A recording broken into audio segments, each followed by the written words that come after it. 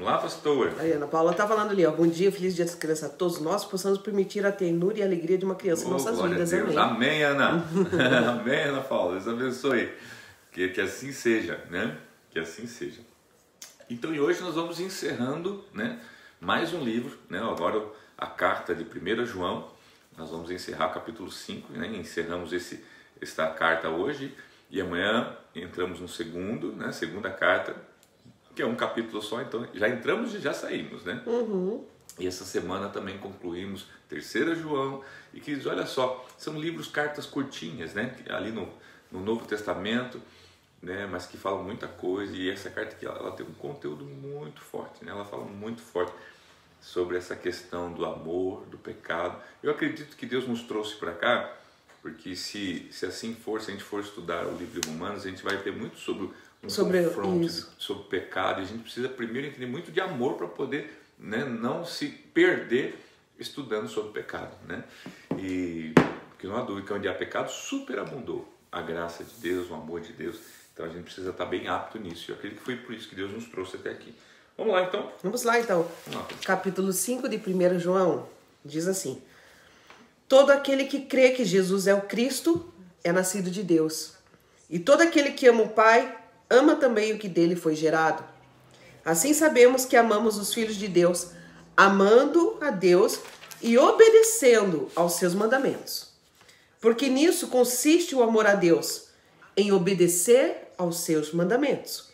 E os seus mandamentos não são pesados. O que é nascido de Deus vence o mundo. E esta é a vitória que vence o mundo, a nossa fé. Tá, então deixa eu só me permita interromper um pouquinho, só para a gente poder posicionar, então, né? Primeiro, gente, né?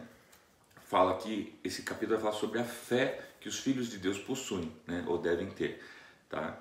Por isso que começa com todo aquele que crê, né, que Jesus, porque eu só posso crer em Jesus, você crê pela fé, né? Nós não conseguimos crer por outra evidência a não ser pela fé, né? Pela fé nos foi apresentado Jesus e nós o aceitamos como Senhor das nossas vidas. Agora o versos 2 ele vem para responder e complementar muita coisa do versos 1, porque ele fala assim, quando ele diz assim sabemos que amamos os filhos de Deus. Então aqui cabe uma pergunta: como, né? Como eu posso saber se eu amo os filhos de Deus, né? Então aqui o versículo fala: sim sabemos, né, que amamos os filhos de Deus quando a gente ama a Deus e obedece os seus mandamentos.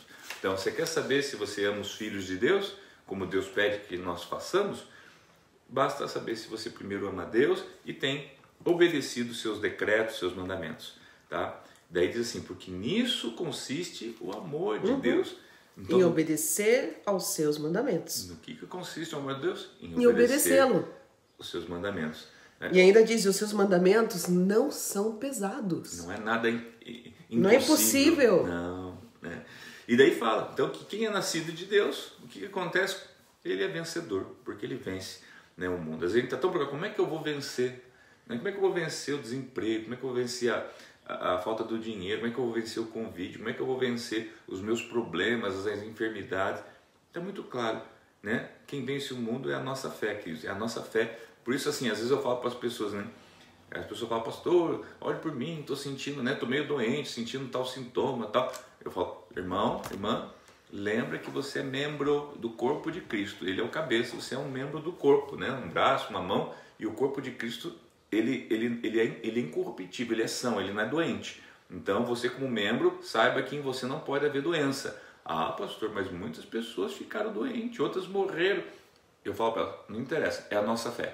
Queridos, é a nossa fé. É a fé de cada um. Eu não estou dizendo que não vai ficar doente, mas a nossa fé é essa, que nós somos membros do corpo de Cristo. Então, e Cristo não tem um corpo doente. Não tem, né? Então que a gente possa crer nisso é a nossa fé, tá? E porque essa nossa fé, tá? Esta é a vitória que vence o mundo, a nossa fé. Então, grava isso no teu coração, tá? Vamos lá, então. Versículo 5. Quem é que vence o mundo? Somente aquele que crê que Jesus é o Filho de Deus. Este é aquele que veio por meio de água e sangue, Jesus Cristo. Não somente por água, mas por água e sangue. E o Espírito é quem dá testemunho, porque o Espírito é a verdade. Há três que dão testemunho: o Espírito, a água e o sangue. E os três são unânimes. Nós aceitamos o testemunho dos homens, mas o testemunho de Deus tem maior valor, pois é o testemunho de Deus que lhe dá acerca de seu Filho. Quem crê no Filho de Deus tem em si mesmo esse testemunho. Quem não crê em Deus o faz mentiroso, porque não crê no testemunho que Deus dá acerca do seu Filho. E este é o testemunho. Deus nos deu a vida eterna, e essa vida está em seu Filho. Quem tem o Filho, tem a vida. Quem não tem o Filho de Deus, não tem a vida. Uau. Né? E já começa então o verso 5 com a pergunta. Né? Exatamente. Quem é que vence o mundo? Né? Aí está bem claro, é aquele que crê que Jesus é o Filho de Deus. Né? É esse que vence o mundo. É esse que vence. Então, queridos, talvez o nosso o mais curto e maior, né, desafio que nós temos é justamente crermos que Jesus é o Filho de Deus, porque fazendo isso, né, talvez a gente completa tudo que a gente necessita para a nossa salvação. Tá? O verso 6 ele vai falar o quê? Sobre este é aquele que veio por meio da água e do sangue. E aqui eu quero que você faça a seguinte correlação. Tá? O que para nós, né, significa a água? Por exemplo, a Bíblia fala assim sobre passarmos pela água do batismo. Né? E o que era a água do batismo? Lá que João Batista, né, era você morrer e nascer uma nova vida. Ou seja, ele passaria pela água, ou seja, pela morte. Né? Jesus passou também, Jesus também foi batizado. Né? Então aquela coisa, passou pela morte para ter uma nova vida. E agora a gente vê agora também o relato do sangue, que é a expressão da cruz que ele derramou por os nossos pecados, passando da morte para a vida. Né? Ou seja, então observe que aqui há uma revelação profunda, né, que a palavra do Senhor nos traz. É aquele que por meio de água e sangue, Jesus Cristo, não somente por água, né, não somente pela morte, mas por água e sangue, ou seja, pela morte dele que trouxe a ressurreição, né, e perdão para os nossos pecados. E diz assim, e o Espírito é quem dá testemunho. Esse Espírito é de quem? De Deus. Está dizendo, então é Deus que dá o testemunho, porque o Espírito é a verdade. Deus é verdade. Há três que dão testemunho, o Espírito, a água e o sangue. Deus, né? A morte e o sangue dele derramado, né? A água e o sangue. A morte é a vida, né? E o sangue. E três são unânimes. Diz assim, que nós não aceitamos os testemunhos de homens, de pessoas, porque nós já temos o testemunho de alguém maior, que é o de Deus. E qual é o testemunho de Deus? O versículo fala assim, é justamente que Jesus é o Filho dele, veio, né, para nos morrer, e através dele nós temos vida. E quem disse isso? Deus. É o testemunho de Deus. Queridos, é assim, ó. É Deus dizendo isso. Não é eu, não é uma igreja, não é um escritor. É Deus. Deus testemunhando, dizendo assim, olha, vocês terão vida através do meu Filho amado Jesus Cristo. Então que nós possamos receber esta vida, né? Fala que Deus nos deu a vida eterna. E esta vida está em seu Filho, né? Ou seja, através dele. Quem tem o Filho, tem a vida. Tá? Quem não tem o Filho, não tem a vida. É uma simples assim. Fórmula simples, básica, né? E que pela fé você pode decidir, né, o que você quer. Você quer ter vida? Você está sem vida? Não corre tem para Cristo. Né? Corre para Cristo. Tem o Filho. Isso, vai para o Filho. Tá bom? Agora as observações finais, né, desse capítulo. Escrevi essas coisas a vocês que creem no nome do Filho de Deus, para que saibam que têm a vida eterna. Essa é a confiança que temos ao nos aproximarmos de Deus. Se pedirmos alguma coisa de acordo com a vontade de Deus, Ele nos ouvirá.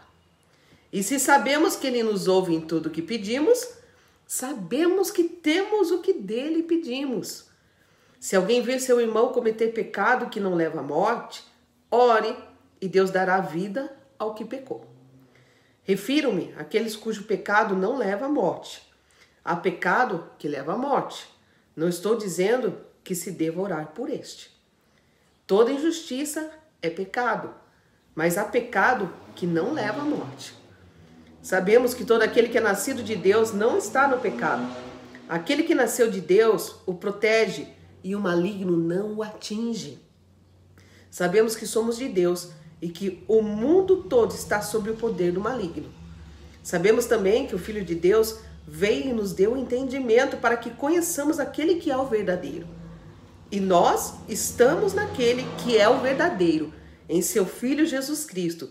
Este é o verdadeiro Deus e a vida eterna. Filhinhos, guardem-se dos ídolos. Então, queridos, agora observe que ele a partir do versos 13, ele está dizendo, olha, eu estou direcionando. Para quem que eu escrevi tudo isso, toda essa carta? Eu escrevi para quem crê. Para quem crê no Filho de Deus. Por isso, 1 João, talvez para quem não crê, irmãos, não vai fazer muito sentido. Mas para quem crê, para você que crê, faz sentido. Né? E ainda confirma, porque você crê e para que vocês saibam, tá? Que vocês têm a vida eterna. E eu quero que você agora até isole um pouquinho esse saibam, que vem do verbo saber, né? É um tempo, né, do verbo saber, porque um pouquinho para baixo a gente vai ver várias citações. Sabemos, sabemos e sabemos. E você vai ver o que ele quer afirmar ou confirmar ou reforçar, essa palavra, reforçar em nós, para que nós saibamos, ok? Então veja bem, aqui ele está dizendo, né, no versículo 13, né, para que saibam que tem vida eterna. Ok, muito bem. Versos 14, né, fala que essa tem que ser a nossa confiança, à medida que nós nos aproximamos de Deus, se nós pedimos alguma coisa segundo a sua vontade, Ele ouvirá. Isso é muito importante, né, pastor, observar, porque aqui é muito claro que diz, nós pedimos muitas coisas a Deus. Eu creio que você pede muitas coisas a Deus, mas aqui ele diz, se pedimos alguma coisa, de acordo com a vontade de Deus, Ele nos ouvirá. Todo o tempo anteriormente, nos outros capítulos, foi falado a respeito de obedecer ao Senhor, de conhecer a sua palavra. Então, quando você conhece a Deus e a sua vontade, você sabe como orar, você sabe como pedir ao Senhor. Então, ele diz aqui, se pedimos alguma coisa de acordo com a vontade de Deus, Ele nos ouvirá. E no 15 ele diz, né? E se sabemos, que é o sabemos que o pastor falou de novo, que Ele nos ouve em tudo que pedimos, sabemos que temos o que dele pedimos. Mas pedindo segundo a vontade dele. O que você precisa saber? Que se pedirmos, né, Ele vai nos dar. Mas Ele vai nos dar tudo que a gente pedir? Não, Ele vai nos dar tudo que nós pedirmos segundo a vontade dele. Ou seja, será que Ele dá alguma coisa que a gente pede, pastor, e que não é vontade dele? Não. Simples assim. Tá? Porque eu peço e Ele não me responde. Por quê, irmãos? Porque não é vontade dele. Porque Deus não gosta de mim. Não, é porque Ele sabe que é melhor para você. Ponto. Não insista. Não fique dando murro em ponta de faca. O segredo aqui, eu sempre digo, é alinhar a sua vontade com a vontade do Senhor. Né? Eu sempre dou exemplo lá de Samuel, né? De Ana. Ana queria muito ter um filho, né? E ela não tinha filho. E quando que ela alinhou a vontade do Senhor? Quando ela entrega, ela falou assim, Pai, se o Senhor me der um filho, né, eu dedicarei ele a ti, a sua vontade. Então ali alinhou a vontade dela com a de Deus, porque Deus precisava de um profeta. Deus precisava de alguém que fosse proclamador da palavra dele. Então Deus olhou para Ana e falou assim, olha, puxa vida, ela precisa de um filho, eu preciso de um profeta. Vontades alinhadas, o Senhor vem e concede. Então faça com que aquilo que você tem pedido ao Senhor esteja alinhado com a vontade dele. De que maneira que aquilo que você está pedindo hoje pode servir a Deus hoje? Aí está uma grande chance de você ter as suas orações respondidas. Alinhe, não é coisa pessoal. Eu quero para mim, mas para quê? Né? Somente para você? Para quê? É para servir ao Senhor? Ana queria um filho, né? Ela queria um filho, Deus queria um profeta. Deus precisava de um profeta. Alinhou. Deu filho. Né? E ela deu depois o filho para ser o profeta. Alinha sua vontade com as vontades do Senhor. Né? Legal, gente. Do 16, então, e 17, vai falar sobre o pecado que traz a morte. O verso 17 fala assim, toda injustiça é pecado. Então, eles falam assim, mas o que é pecado e o que não é pecado?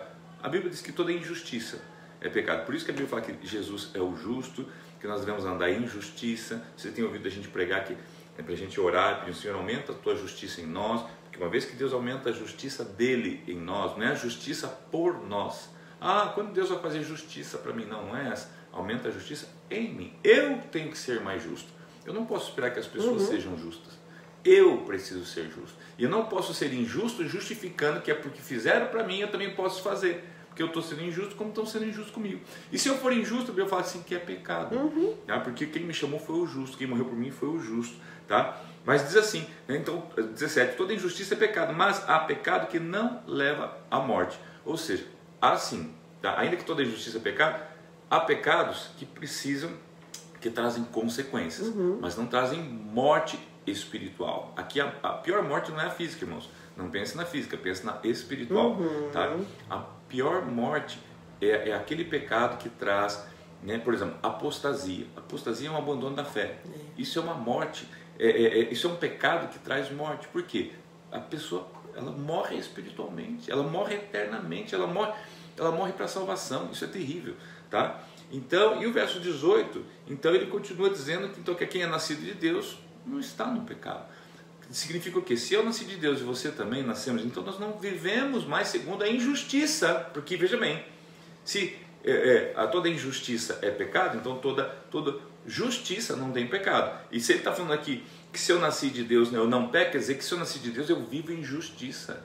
A minha justiça? Não, a justiça de Deus, tá? Então que você possa estar sendo habilitado na justiça de Deus. Para Deus é justo que você ore pelo teu inimigo? Sim, para Deus é justo. Para Deus é justo que você perdoe quem vos maldize? Sim, para Deus é justo. Para nós não seria justo, né? Ou o contrário, para nós parece ser muito injusto. Por que eu tenho que perdoar quem me fez mal? Por que eu tenho que perdoar? Por que eu tenho que orar por quem me maldiz? Tá? Não é justo isso. Para o humano não é justo, mas para Deus é justo que nós oremos por ele. Então nós temos que o quê? Crescer em justiça. Não é o que eu penso, o que você pensa, o que eu acho, o que você acha. É o que ele pensa, o que ele acha. É o mandamento dele. Tá? Então que a gente possa estar sendo habilitado nisso nesta manhã. Okay? Porque quem nasceu de Deus, tá?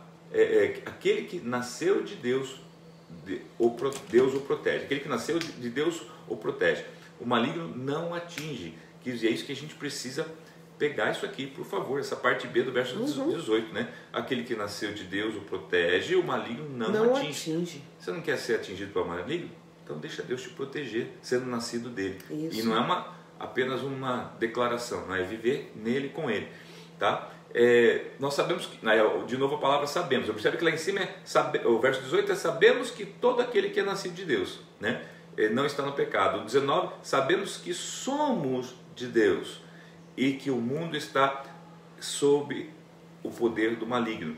Então observe aqui, o 20 fala, sabemos também que o Filho de Deus veio e nos deu entendimento. Então nós somos nascidos de Deus, somos de Deus, né? Não somos do mundo, e sabemos também que somos filhos de Deus, que veio para nos dar entendimento, para que conheçamos aquele que é o verdadeiro, ou seja, Cristo Jesus, né? O verdadeiro Filho de Deus. Este é a verdadeira vida eterna, a Bíblia diz, né? E encerra, queridos, dizendo assim, filhinhos, guarde-se dos ídolos.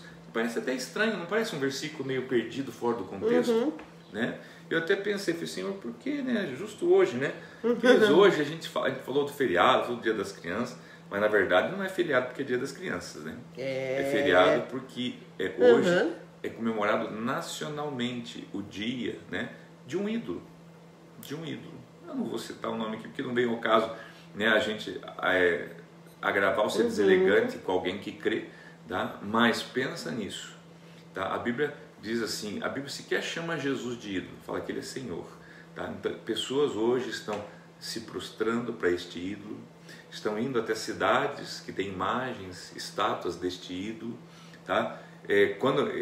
Hoje me faz lembrar Nabucodonosor construindo, né, a sua estátua, o seu ídolo, pedindo que as pessoas se prostrassem para reverenciar aquele ídolo, né? Uns usam a seguinte termo, assim, não, nós não adoramos, nós apenas veneramos.